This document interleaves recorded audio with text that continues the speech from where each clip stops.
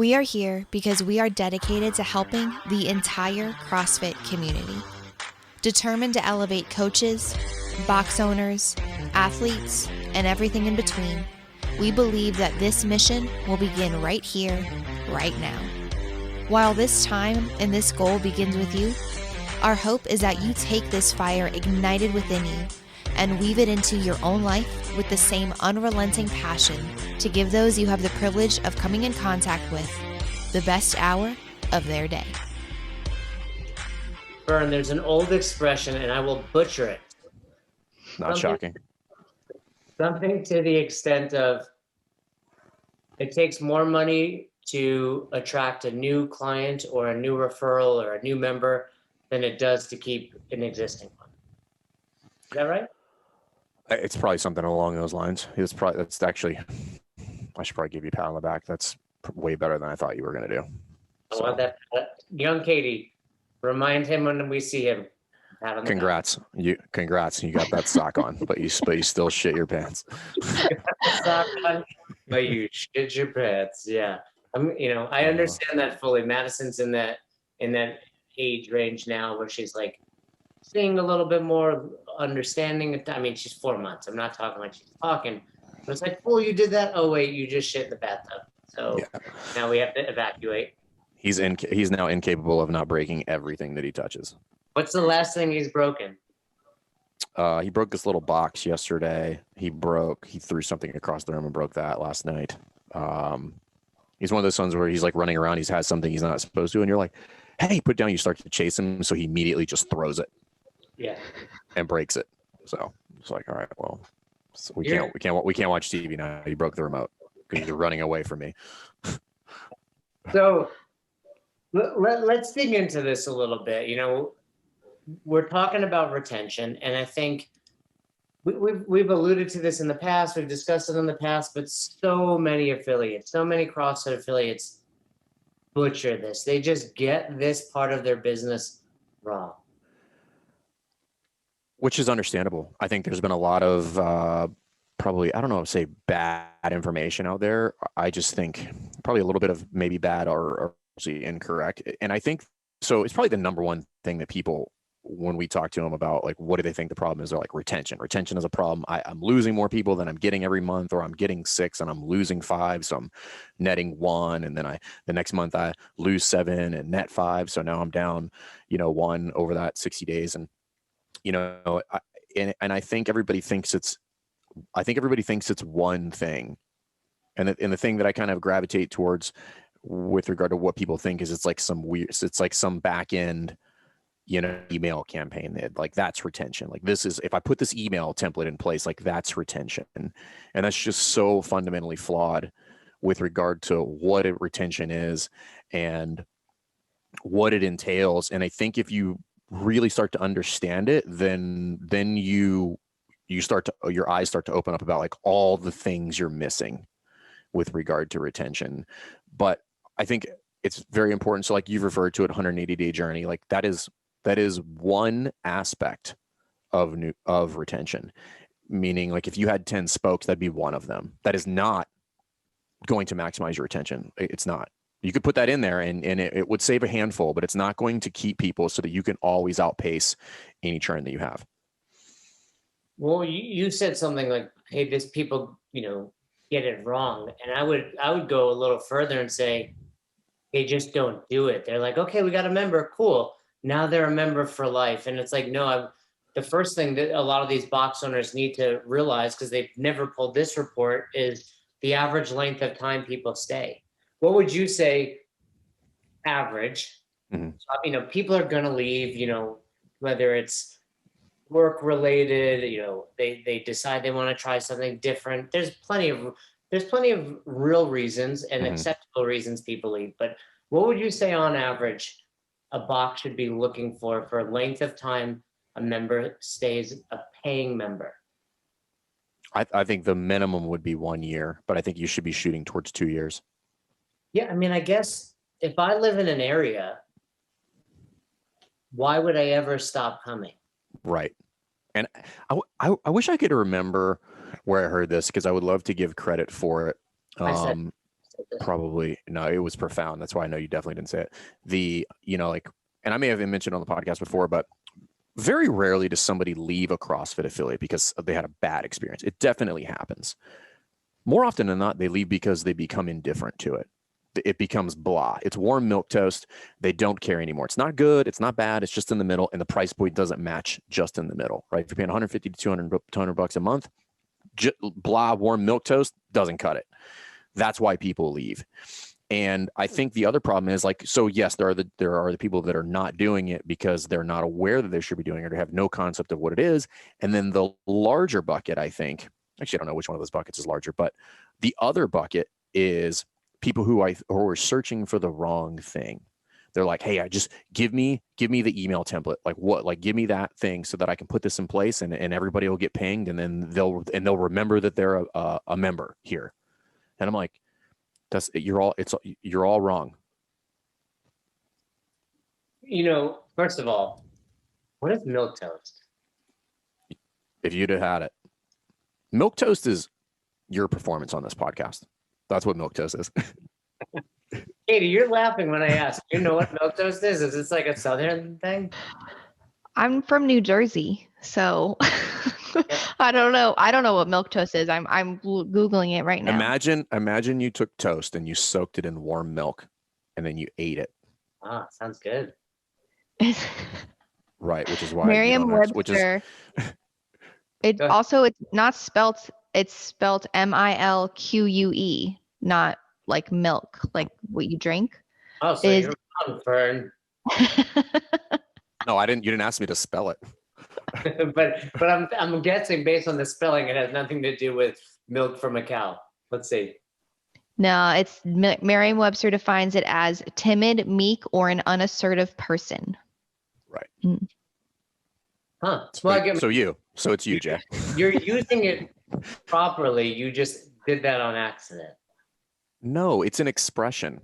You basically you put a sock on, but then you shit yourself. You just did it. No, it's an expression. You didn't ask me to spell it. No, it's an expression that's used when something is blah. No, I agree. I think you're using it properly. But No, I am using it properly. Not you think I'm using it properly. I'm suggesting you are, but you were using it properly, thinking it had to do with soaking toast in milk, and it has nothing to do with that. Well, if you were to describe what that would taste like, you would get a picture of that person in your mind. There's no winning with Fern, young Katie. Well, at least now you understand. Now you know. So don't try.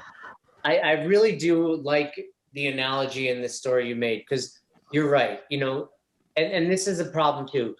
If you ask members why they leave, they'll be like, "Oh, there's not enough classes on the schedule," or maybe even classes are too busy, or I used to like it when so-and-so coached the class I go to, now it's this. But really, I agree with you. It's that indifference. It's especially in CrossFit where it's, wait a sec, let me reevaluate. I'm paying $150 a month. I can either spend $1,000 and have all of this shit in my house. Right. Or this Globo gym that opened down the road now has kettlebells, wall balls, bumper plates, and it's $19.99, and my buddy's going to join with me. Mm-hmm. So yeah, it's that indifference of, and when we say indifference, I think what you're really saying, Fern, is you're no longer showing the value. The people need to love it, right? So they need to, when they think about your affiliate or my affiliate or anybody's affiliate, they need to look at it through the lens of, I cannot get that anywhere else. I could buy all the equipment in my gym. It's boring. I could have my own gym. It could be all of that stuff. Like, I don't know how to coach myself. I'm lonely and they're working out by myself. Like, it's just an endless number of things. So, or just the motivation of working out with other people. Like, so it needs to be a lot of other things with regard to that, or I just genuinely like to be around those people, right? Like, absent of anything else, there's just good people there.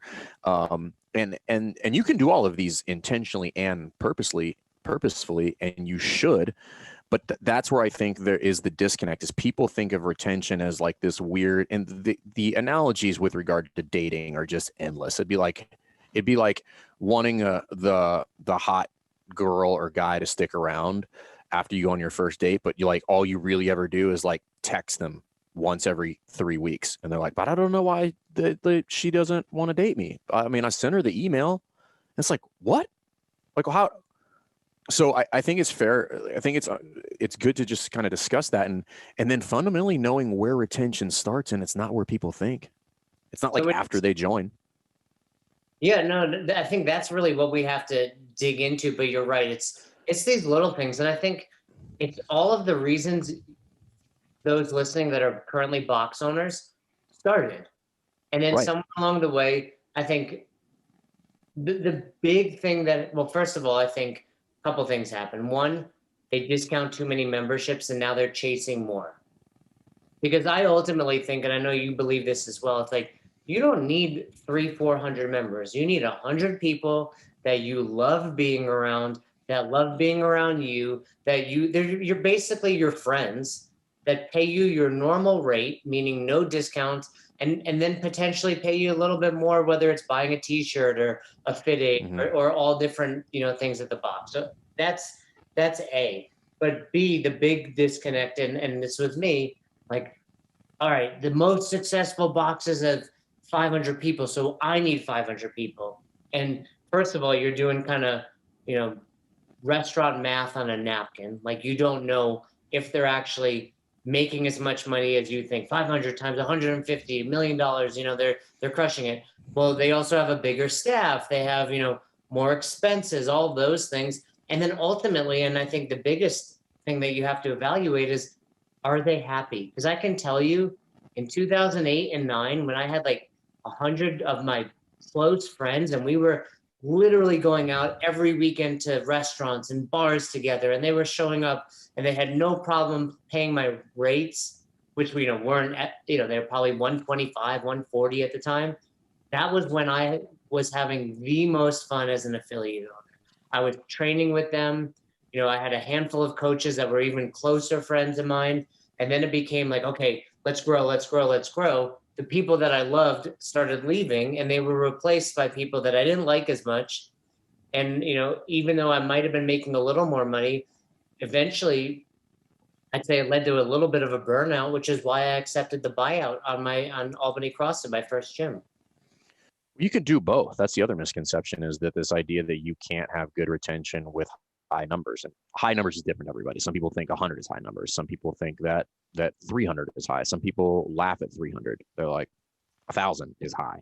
So high is whatever it means to you based on what you imagine your affiliate to be, and which is important in this whole process. And then understanding that with this whole thing about like having people stay happy, well, it requires effort at every point in the process, and it takes time to build that. But what it really takes is intention, with understanding that retention starts at very first point of contact, and then there's a whole lot of other things that happen after there. So that would be one spoke. Having some sort of 180-day journey would be another spoke, and then there's a ton of things in there that are individual or group based, and all of these things together make retention. Retention is not a thing.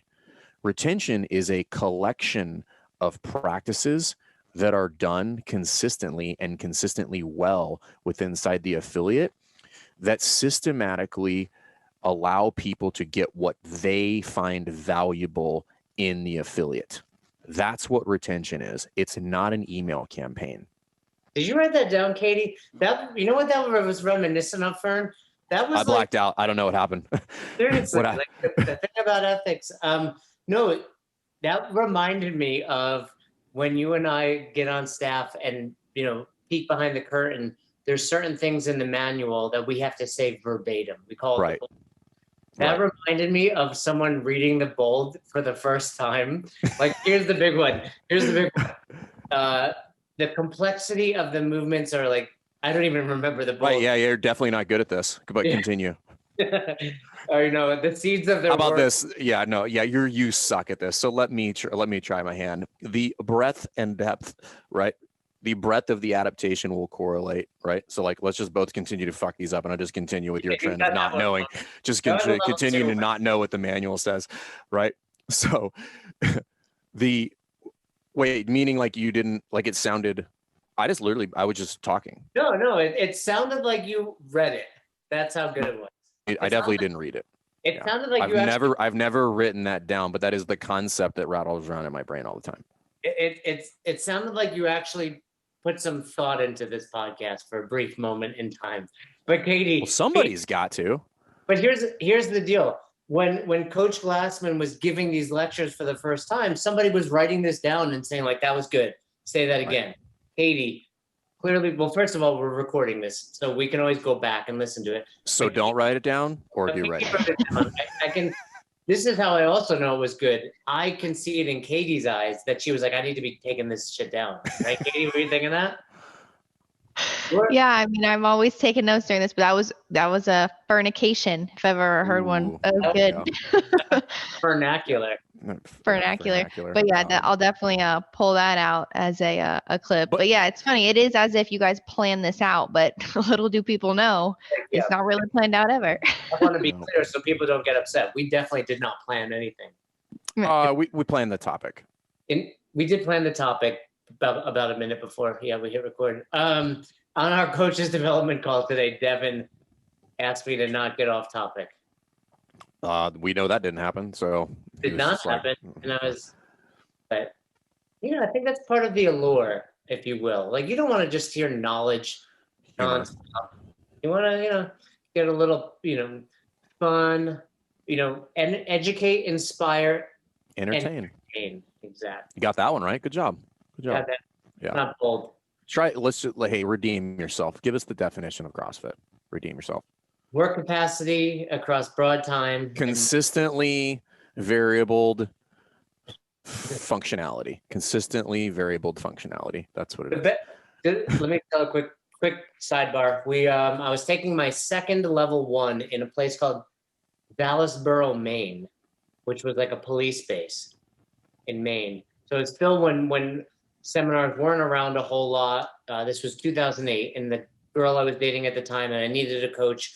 I went with her. Todd Whitman's giving the What is CrossFit lecture. So we're kicking off the weekend, and he's like, hey, so, we get to intensity. And he's like, so what is intensity? And, at this point, everyone, it's like throwing out random things. It's working hard. It's sweating. It's grunting. And I put my hand up, and I was like, intensity is the independent variable most commonly associated with the rate of return of favorable adaptation. And that was close. That was close, right? But he knew it better back then. But anyway, he looked around like, who the fuck is this guy? And I was like, and he was like, whoa. And I impressed him. Oh, that's where we were going with that story. Got it. All right. Yeah. Okay. That was impressive. Think about at your level 1, no one, if you ask that at any given level 1, no one knows it. But because I think I've had maybe like one person get it, and I had taken it, and I had already actually taken my level 2 at this point. So, I was pretty deep into it. But anyway. Yeah, that's where I think the biggest disconnect with the idea of retention is. Like, number one, I don't think people fundamentally understand what it is. And admittedly, it took me a long time to realize that intensity is not like a singular thing. And that's when it doesn't work. When you look at it as something that exists by itself, like this, the idea of intensity exists in this silo, and this silo is absent of any connection point or communication with anything else that you do in the business.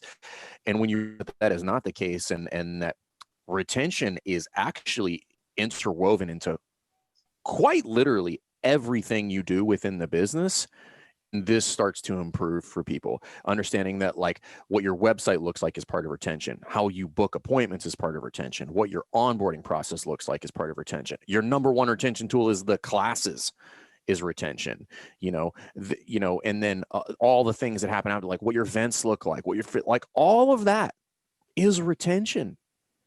And if you think about your affiliate, and I think about my affiliate, when I look at all of those things, it becomes very easy to identify which one of them are lacking.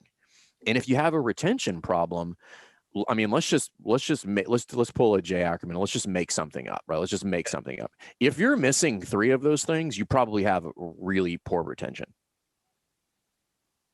Let's just say there's 10 spokes on there. And if you're missing just 3 of them, you probably have pretty poor retention. And I would say, you're using this spoke analogy, which I think is fine, and call it 10, but it may be 8, it may be 12. I think there's a couple things that we can agree, like, hey, always need to be done. But a lot of it is just really sometimes not even measurable. It's intangible. Are you learning about every member? Are you doing the things like asking one more question? Yes, of course, there's plenty of things that we can say you need to be doing these, but it's more so looks like, hey, I'm no longer doing these things that I should be doing because I'm chasing after getting more people in the box, which then leads to, worse relationships, not just for the new people, but also for the old people, older members. For sure, but this is where I disagree to some extent. Where I disagree very much so on the premise that these things are intangible. They're very tangible if we really dig down deep, right? So the things you're talking about is asking one more question forward. Well, like that should be part of this for a class eval. Class evals are part of retention, meaning like, are we checking in with every single athlete, not just 3 or 4 of them, every athlete on our checklist for evals? It says every athlete. Did you use every athlete's name in the general warm-up? Did you use every athlete's name during the specific warm-up? Did you use every athlete's name during the cool down or during the workout? And the answer, what we found was, I forget which one it was. It was in the general warm-up where when we looked at all the metrics and like our coaches were crushing in the specific and the workout. The general warm-up is where we were missing opportunities, which is in most instances the ideal spot to have like those casual conversations about like, how's the kids, you got a new truck, that's really cool, oh, you guys are moving out and you bought some spot out in the woods, that's great, or like, hey, did you guys see the game last night? That's all that happens in the general warm up, because once you get into the specific and the workout, like you don't have time for that. But that is part of it. Again, it is a very small part of a larger pie, if you will, that allows you to maximize retention. And you're not going to hit on all of them all the time, but the point is being aware of what they are and then intentionally driving towards making sure that happens. Because inevitably, if we lined up all of these metrics, which we can measure them, and we look at retention, we say, hey, retention's starting to become a little bit of an issue, we're having a higher churn rate, and we can attribute them to variables outside of our control, meaning the person moved. So take those out where there's nothing you can do about it. That's not a retention problem. So-and-so canceled, nobody fucking knows why, right? That one is the one I'm concerned about. And then if I look at that and it tends to be a trend, and then I line up all the things that we're supposed to be doing, I could very quickly identify like 2 to 3 or 4 things that we're not doing, which we could very easily, if we sat this person down and we really extracted information from them, they would identify those. They would be like, hey, I don't feel like anybody in the gym knows me, or like you guys haven't reached out in 3 weeks and I don't feel like anybody cared, or I just don't feel like I'm, progressing at all, or I came here for the social aspect, but you guys don't do any events, right? Like they would tell us. So then what I have to do is I have to put all of those things in place systematically so that those boxes get checked as frequently and as systematically as possible within the confines of your community and your gym, so that it's fun, so that it feels, smells, tastes like CrossFit Rife or CrossFit Albany or whatever your gym name is, not cookie cutter. I don't disagree in the sense that you're right. I think ideally, I don't know how to explain this. Nicole Carroll said it to me at my level too. I've repeated it numerous times. We know. You're not the best coach. People like being around you. And, Katie, you're on our coaches development calls. I think it's a lot of similar, right? It's yeah, people like being around me. And it's like I forget if it was Mother Teresa or Maya Angelou. People won't remember what you said. They'll remember Maya how Angelou.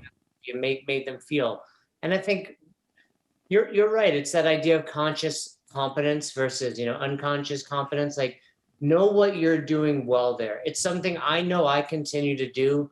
And I wouldn't say it's on accident. Like, I purposely do it, but it's also because it's just A, part of my DNA, and B, I enjoy it. Like, that's when people ask me, like, what's changed? It's like, I've enjoyed seeing other people happier. which again, I agree with you. Like that is it. But the overarching theme here is that is one piece of it, because that whole dynamic that you described is unique to Jason Ackerman. That necessarily can't be recreated or replicated across every single coach. So I have to put things in place that would catch anybody that would fall through the cracks for any particular reason, or the people who are not drawn to Jay Ackerman because they just, I don't like short people or whatever, right? Like anything like that. Like they just have, the prejudice towards short people. So there's other things in there, because understanding what people find valuable is a big aspect of this. Yeah. And what I was going to say is, based on what you're saying, is you can take this stuff that is unique to me, but create those spokes or create something that is measurable. Because yes, I connect with people, I talk, I get down these rabbit holes of just wanting to learn more. That's just who I am. I'm curious. I like to learn these weird, nuancy things about stuff. And maybe not everybody can do that nor want to do it. But if you quantify it as, hey, you need to know the Ford, or you need to ask one more question, or you need to say their name. Right. Not only may you, start to make those connections, but you'll naturally, it's like anything. You'll just start to, like, if I teach you hip extension, you'll start doing it everywhere. Oh, now you're doing it when you box jump as well as snatch and clean, etc. And you'll find, I had family over recently, and I get down these, especially just to peek behind the curtain again, but I'm on edibles. When I've taken an edible, I get so curious. It's crazy. Like, and that's how Roz knows. Roz will be like, you took a gummy. And I'm like, how do you know? She's like, because you're asking questions. Like, you get too crazy. Like, your mind, like my mind just gets really wanting to know more and more and more. And I think part of that has like drifted over to my everyday life where I'm not, like, I don't do, like, Is that what I should expect when you text me, you're like, I've got an idea, and I'm like, send it to somebody else. I don't want it. Yeah, exactly. Like, are you on a gummy? Did you take a gummy last night? Stop it. You're like my son. I'm like, put that down. Put that idea down. Where'd you get that idea? Stop doing it.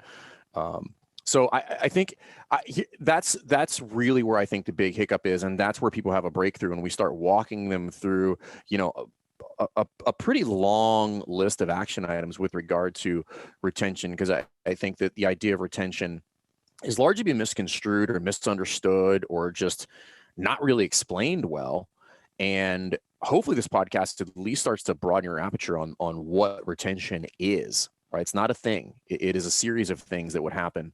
And again, like if you were to just make things up and think of it just like dating, you would quickly kind of come up with a lot of things that you could start to implement within your gym with regard to, how you contact people, like what your house looks like. Is it clean? Is it dirty? Like what's your attitude like when people come into the facility? Are you thoughtful? Like, are you giving gifts? Are you reaching out at relevant and relative times, right, with regard to this relationship as it expands over time? That is retention, all of it. So the idea that retention is only once they've joined and now I need to start thinking about retention is flawed at best, ignorant at worst, right? So like, it needs to be one of these things where like retention gets blanketed over everything. Everything that you do has an aspect of retention sprinkled onto it. And when you look at it that way, what we find almost every single time is that things start to get better. Yeah, as you were saying that, here's a challenge I would throw out to box owners. Let me know what you think about this, Fern. I would say export your member list. All right, so now you have 100 or you have 80 people or however many members you have. And I would look at it through the lens of, is this person going to stay forever or are they going to leave? Like, is this person at risk for leaving? And then those that are going to stay forever, think about, okay, what about them is why they're going to stay forever? What connections have I made with them? And those that you're like, I don't know, dig in. And maybe it's not you. Like maybe for you, it's, hey, Cassidy or Jake, I need you to touch base with so-and-so. I need you to find out more. Because it doesn't always have to be the box owner. It's nice if it is, but there's that expression with tribes. It's like typically you can handle like 75. So you need to have more coaches, which allows you to have more, quote unquote tribes or a bigger tribe.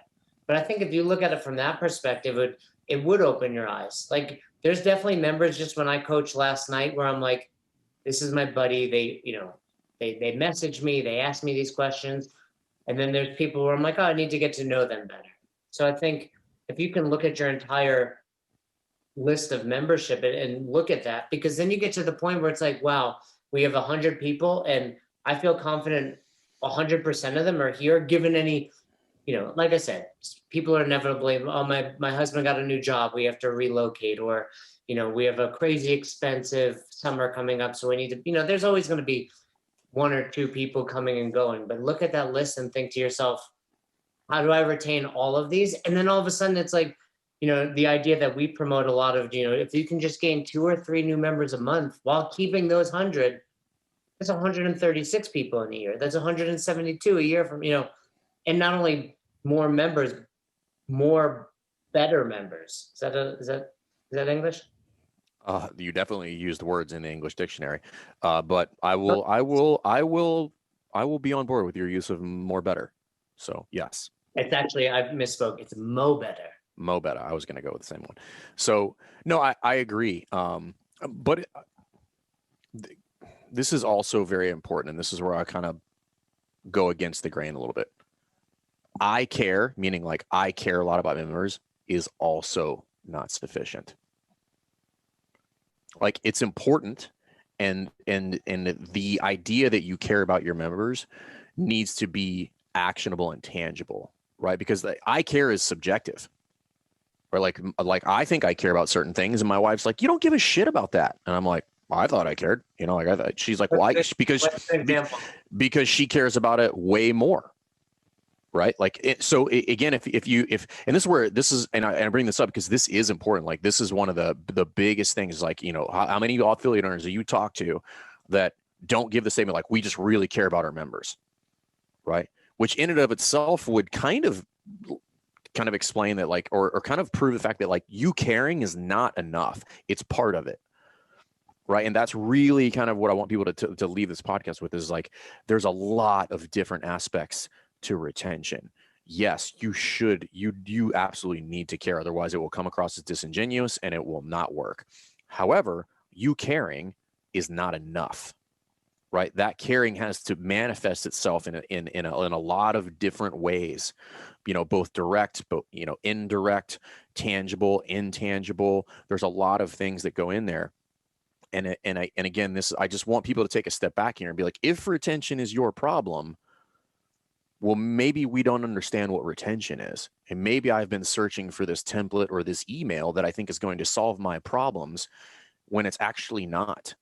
What I need to do is understand the overarching theme of how retention seeps into every single action that happens in the gym, how you communicate with your members, how your classes run, what your onboarding process looks like, what your retail experience looks like, all of that stuff. That stuff is retention. And if you're looking for a silver bullet, and I want this, magic 180 journey or whatever you wanted it to be, it's not going to solve your problem. It might make it a little bit better, but it's not going to solve the retention problem that you're currently dealing with. Yeah, and the good news is if they don't know what it is, they can go back and re-listen to the bold that you laid out about 20 minutes ago in this episode and put it on repeat. Because I don't remember. If we asked you to repeat that statement, what not a chance. Yeah, like 4%. And to be clear, we do teach about a 180-day journey, and I don't think alone that's the key, but I do think that's kind of the foundation that then opens your eyes to, okay, I need to do these things and other things. But without doing the foundation first, it's like nutrition, right? Eat meat, vegetables, nuts, seeds, etc. Cool. Well, doesn't matter if I'm tracking my macros if I'm not doing that. And it's the same here with retention. Right. And it's also one of these things like, do you hear that echo? Is that me? Echo. I didn't hear it. You hear it, Katie? Okay. Somebody tried to blame me for Katie's echo. Did you see that, Katie? You were echoing, I thought. Was I echoing or you? I thought I heard you echoing when I went back and listened. First of all, you're like in a different room every day, Katie. Well, you sound those are make-believe. Those are make-believe backgrounds. And no, and I also feel like we need to address the what's the expression? The elephant in the room, Lou. Lou, I'd like you are the first person, Lou, I'd like you to stop listening to this podcast. Is that Katie's dad? Yeah, That's my dad. Yeah. You know Lou, you're my number one fan. You can stay forever. Lou, give not the podcast a review. Just give me a review on the podcast in iTunes. Just be like, Fern's a shit. Ackerman sucks. Can you block a listener? I want to block. Imagine young Katie if we made her block her own dad. That will probably create some tension in our relationship. Yeah, I would never do that. It'd Lou, be fine. I would do that. she's like, I moved out. I'm my own woman. That's why independent. I'm best married. hour. I got a husband. I don't need you, Dad. Best hour above all. Yeah. Best hour, family, everything else. Yeah. But yeah, I completely forgot what we were talking about, but you sidetracked us. And Go back, re-listen to Fern's bold about retention.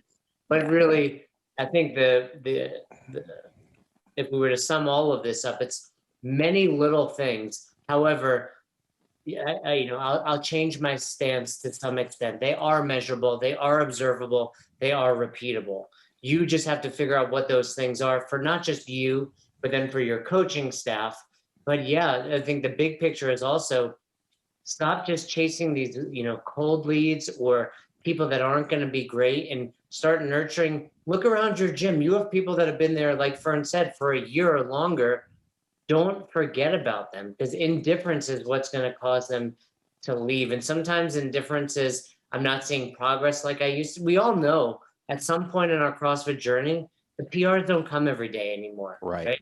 Things start to hurt a little bit. We have to scale workouts because our elbow is bothering us, or you had a baby. What are you doing to get that member that has a baby monster like I do to still show up 2 or 3 days a week and say, hey, this is still important to you. You need to still focus on this. So it's lots of little things. I'm not ending it there because I have a question. Oh yeah. All right, shoot your question. It wasn't that it wasn't a solid ending anyway. No, it wasn't. Yeah. It was. Katie, if I asked you, Katie, all right, edit every podcast down to just the meaningful statements, how long do you think our show would be? Ooh, a minute and a half. Right. And then more importantly, primarily, whose voice would it consist of? It's 100%. It would be Fern's. Oh, yes. And that's where we'll end the show. Go back and listen, or, find any good partnership, whether it's comedians or singer-songwriter. There's always, the person that stands out, but then there's always, when that other person leaves, like why did Fern go downhill so fast? And then they realize, it was actually Ackerman all along. Oh, Ackerman poisoned him. Got it. That's what it was. It is true, though, that Jay sets up Fern. Like, you ask more questions than Fern does. Fern just has, he has those golden nuggets of answers. So that is true. So it's a great partnership. I'm the kicker. Jay's the holder. Yeah, I set him up. I give him like a volleyball, like a set. Right. And, it works. And we understand our roles. And many people will say, what that means is, I have a less ego. I don't need to be the guy, right? Like, I'm sure if we asked any listener, they would know immediately. They would say Jason Ackerman, level 4 coach, because I feel like you dropped that in there just a little bit. Yeah, so that's all right. No big deal. No big deal. Hey, I tell you what, we're not maximizing right now with the listeners is retention. So let's go ahead and end this. If you guys have questions about retention, or if this is something that you really do struggle with, set a phone call. We're happy to chat with you and just walk through some of that stuff with you, because it is one of the things that we fix with a lot of people, and it's come through a lot of trial and error. And at the end of the day, it's not just sticking a Band-Aid on something that's broken. We have to fundamentally fix how we view and how we approach the idea of retention, because this is how you grow this awesome community that you want to have, so that when you walk in your gym every day, that you really love being there. Milk toast. So you never miss an episode of the podcast, subscribe to our YouTube channel and on all major podcasting platforms at Best Hour of Their Day. Thank you so much for tuning in and for being a part of the best hour of our day. See you next time.